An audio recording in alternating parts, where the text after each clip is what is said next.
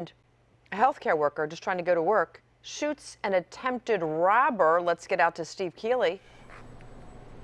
Well, this was one of the most violent nights in the past year. We have at least 4 people murdered in the scope of about 2 hours, and it could be 6 people murdered because 2 of the people shot several times, including a 63-year-old woman who stepped outside of a bar, Ralph's Pub, where we had a shooting of 3 people inside the bar just a month ago. She steps outside to smoke a cigarette, and she shot at 14 times. So she was barely alive, according to a detective I talked to, including another person who was shot first among 2 people shot before the 4 people were shot and killed. One of those shot and killed last night was hit 32 times. A person with him shot and killed 14 times. So 46 shots to kill 2 people.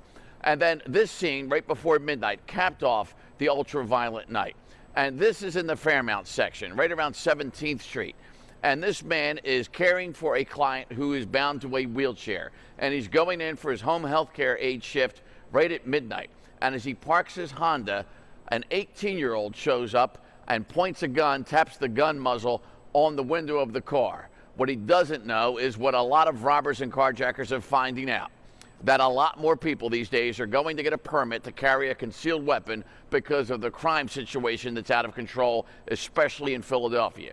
And this guy draws his gun and fires his gun without even lowering the window. That's why you see his driver's side window shattered. And he hits the guy point blank with at least 5 shots in the face, the neck, and the chest and the hand.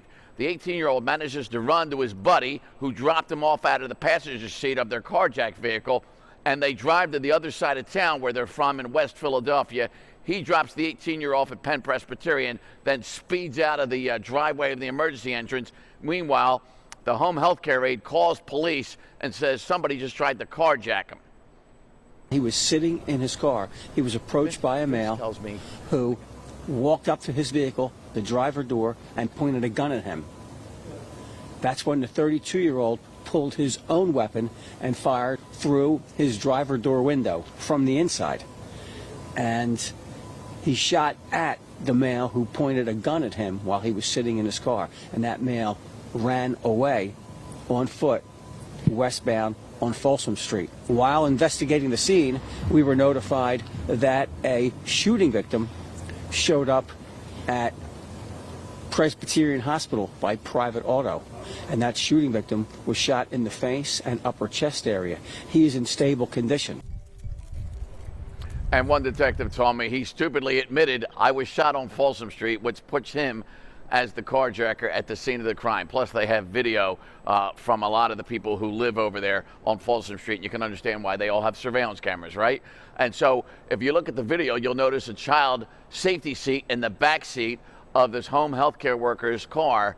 And another reason the detective says for this guy to want protection, because he's driving around a little kid a lot of the time. And remember, Fairmount's not a tough neighborhood, not a bad neighborhood, and still it happened there. So if it happened there, it can happen anywhere, detective warned us to tell our viewers today, because these carjackings are happening so frequently, at least another 4 or 5 overnight since one detective started his shift. Karen?